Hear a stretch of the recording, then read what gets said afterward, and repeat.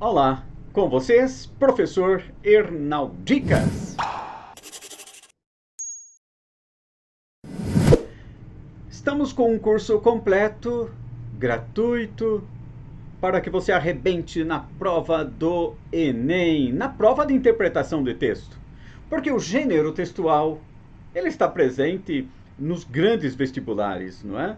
Ele não é atributo, ele não é restrito, ele não está adstrito ao vestibular do Enem. Então, mas o nosso foco é o Enem, não resta dúvida. Hoje nós vamos trabalhar algo importante, que toda prova do Enem mexe com isso: os elementos linguísticos nos gêneros textuais. Como os elementos linguísticos, como as conjunções, principalmente as coordenativas, mas as subordinativas também, como as conjunções, elas trazem sentidos ou são portadoras de efeito de sentido. Vamos mexer então com elementos linguísticos no gênero textual. Tudo bem? Venha comigo. Elementos linguísticos no gênero textual. Vamos começar com a conjunção. Conjunção E. É chamada conjunção. Conjunção coordenativa. Coordenativa. O Enem não vai pedir para você conceito. Isso nós já sabemos. Ele vai pedir o quê? Efeito de sentido, interpretação. Então vamos. A conjunção E sempre traz uma ideia, sempre. Essa palavra sempre já deve ser questionada. Não é? Na prova no vestibular, a palavra sempre já é duvidosa. Então fica atento aí. Predominantemente. Não é? A conjunção E, predominantemente, ela traz a ideia de adição, de soma. Como outras, não é? E, nem, também, mas também, e assim por diante. Então eu posso dizer para você: o professor não só chegou, como também explicou o conteúdo. Então, não só, como também chegou e explicou. Então, é isso que nós chamamos de soma, de adição. O que é, digamos, o efeito literal. Este é o uso literal. Eu vou colocar aqui porque é interessante, olha. Uso literal. É o que se espera da conjunção E. O uso literal, somar, acrescentar. Tudo bem? Olha, nós temos, como eu disse anteriormente, não é? Ele chegou e cumprimentou, ou seja, uma soma, acrescentando informações. Esse é o sentido literal. Portanto, gente, não é o literal que cai, é o figurado, é o metafórico, é o efeito de sentido. Venha comigo.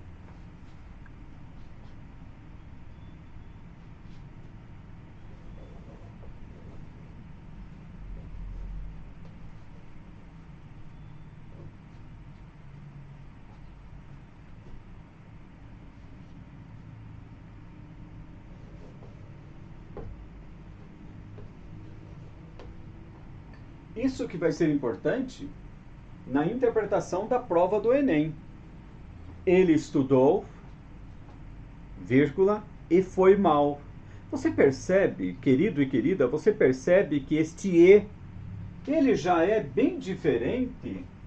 Ele é bem diferente da ideia de adição, da ideia de soma. Então este E, ele é chamado de E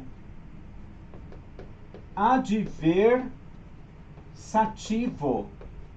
Adversativo. Ô professor, adversativo, o que é isso? Adversário. Adversário é o que está do outro lado, é o que está oposto. Qual é a conjunção que indica a ideia de oposição? Um vestibular aberto, que não é um vestibular de teste, vai pedir para você o seguinte, olha, substitua o E, um vestibular aberto, discursivo, substitua E por outra conjunção de igual valor semântico. O que você colocaria? Ele estudou e foi mal. É isso que nós esperamos?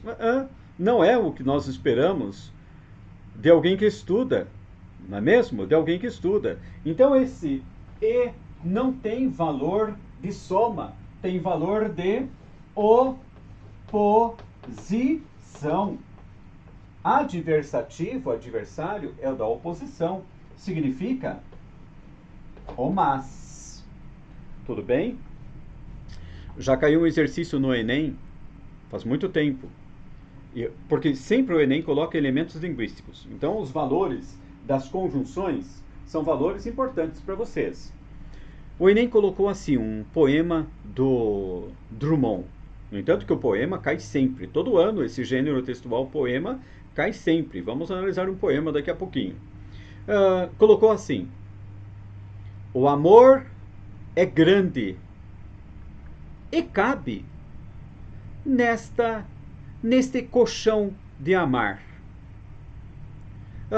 O mundo é grande e cabe nesta janela. Então você percebe que o mundo é grande e cabe nesta janela. A janela é pequena, não é? A janela é pequena. Então você deveria ter lido: o mundo é grande, mas cabe aqui nesta janela. O amor é grande, mas cabe aqui nesse pequeno espaço, nosso colchão, e assim por diante. Tudo bem? Então aí está para você o valor do elemento linguístico e o seu efeito de sentido. Um outro elemento que sempre está presente no vestibular, e vale a pena o candidato ficar atento, é o elemento linguístico pois. O elemento linguístico pois, ele pode estabelecer duas ideias para nós. O elemento linguístico pois, ele pode ser uma explicação, ele serve para explicar, ou pode ser uma conclusão. Então, o efeito de sentido explicar, o efeito de sentido concluir. Lute, pois a vida é dura.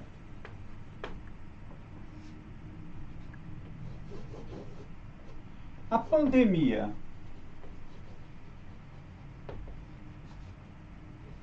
chegou.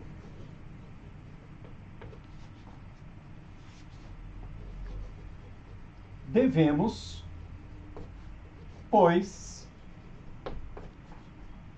buscar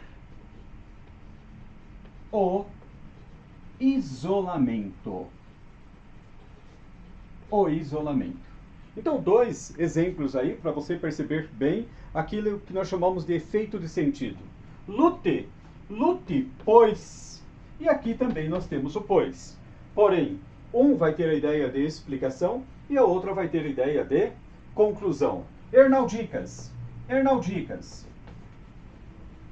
Quando for possível substituir por porquê, será explicativo. Quando for possível substituir por portanto, será conclusivo. Tudo bem? Lute, porque é uma explicação ou é uma causa, então nós falamos que o efeito de sentido é de explicação. E aqui, a pandemia chegou, devemos, por quê? Não dá sentido, não é? Devemos, portanto, então ele é conclusivo.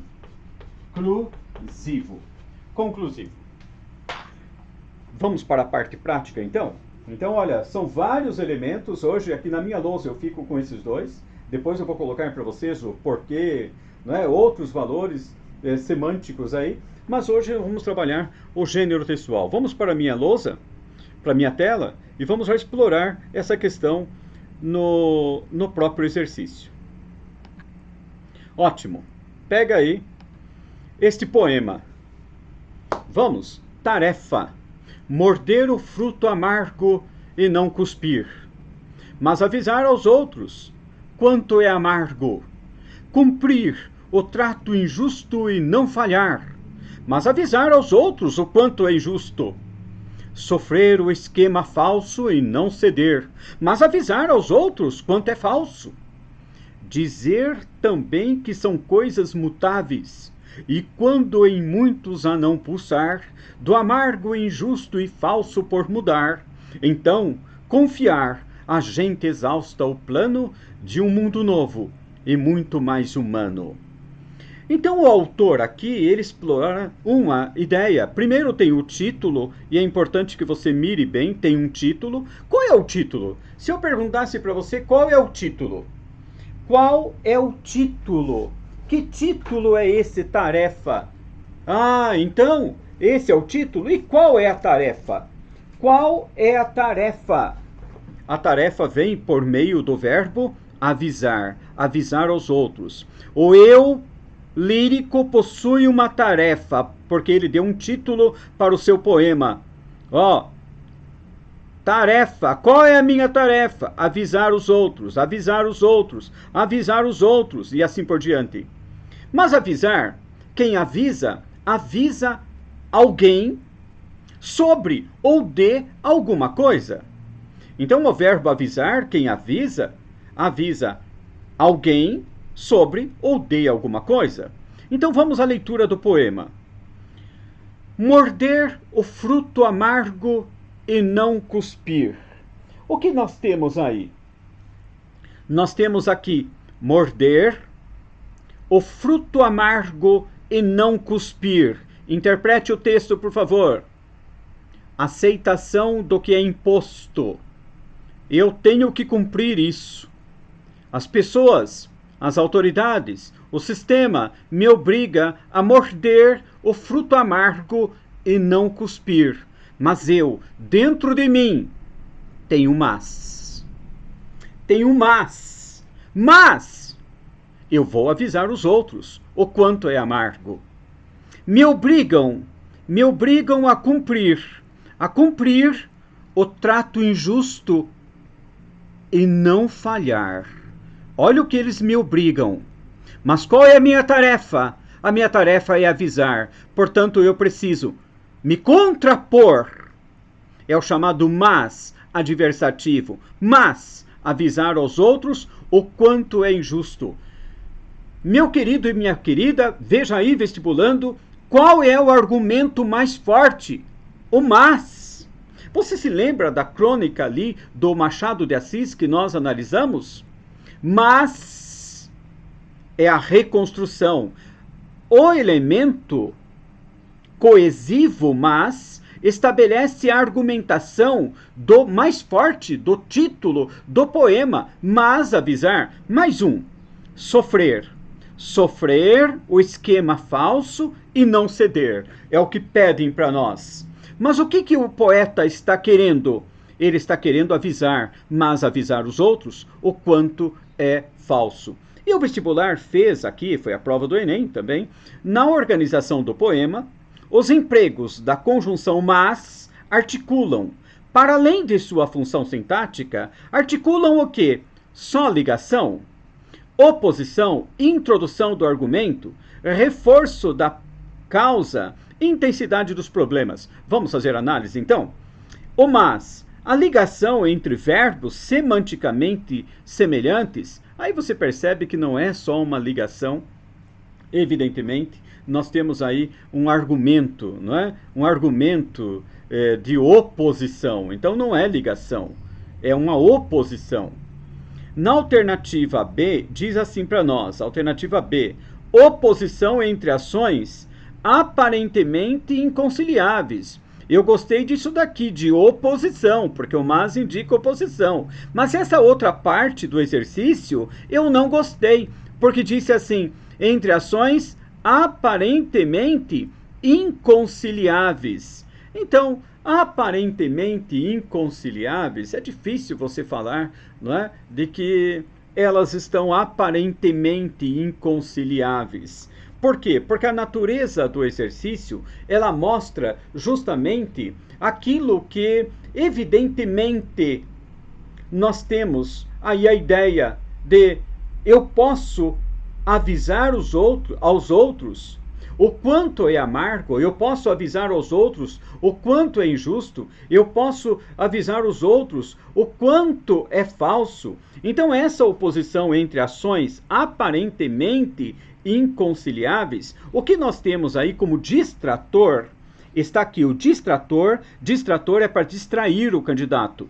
Então, professor, é uma pegadicas? Não, eu não chamo pegadicas porque essa outra parte, ela está muito bem para ser excluída. Muito bem para ser excluída quando ele fala entre ações aparentemente inconciliáveis. Olha, é uma coisa abstrata, não é? É coisa que você fala, mas como que eu vou conciliar uma coisa e outra? Então, veja bem, quando você olha para a alternativa C, ela diz, introdução do argumento mais forte de uma sequência. Pelo amor de Deus, eu até circulei aqui para você. É o exercício do vídeo anterior do Machado de Assis. Quando nós colocamos o mas para quê? Argumento mais forte de uma sequência. A sequência é essa, morder. A sequência é cumprir. A sequência é sofrer. A sequência é dizer. Esta é a sequência. E no meio desta sequência, evidentemente tem um argumento mais forte, que é a tarefa do eu lírico. Qual é a tarefa do eu poemático? Avisar, avisar, avisar. É por isso que é a introdução de um argumento mais forte. Tome cuidado, porque não é... Tome cuidado, porque não é só uma oposição entre ações. Não é simplesmente uma oposição. Ele está querendo se opor. Professor, como seria uma oposição? Seria assim. Olha, lembra-se? Estudei, mas fui mal. Isso é simplesmente uma oposição entre orações. Estudei, mas fui mal. Porém, aqui não. Aqui é a introdução de um argumento mais forte. Eu peguei 2 exercícios, então. Essa é a alternativa C, tá? Alternativa C. Eu peguei 2 exercícios, evidentemente, da crônica do Machado de Assis, em que ele trazia justamente o mas, não é saudades piegas, mas é a reconstrução, mas é a recomposição, é a revivência. Então esse mas foi um argumento mais forte dele. E nós fizemos isso no vídeo anterior. E esse vídeo aqui está fazendo a mesma coisa com você, só que no poema, não é? Mostrando que o poema ele se organiza por várias formas de rimas, se é um poema com rimas ricas, com rimas pobres, com versos decassílabos, tudo isso nós vamos ver ainda as características do poema. Mas hoje a minha intenção foi mostrar para você os elementos linguísticos presentes nos gêneros textuais. O vestibular cobra muito bem isso. Argumento mais forte, não é meramente oposição entre ações. Oposição, já disse, repito. Estudei, corri, mas não alcancei. Isso é oposição entre ações. Ali no texto, não. É a tarefa. A tarefa dele é avisar. Entre a realidade e o aviso é o mais importante para o eu poemático. Perfeito e perfeita? Dá um like aí. Dá um like porque eu volto com a minha lousa e com o exercício para que você arrebente no vestibular. Principalmente do Enem, que traz todos os anos essas características na prova de linguagens e suas tecnologias, tá? Um abraço para você, até mais. Dá um like aí, por favor. Até mais.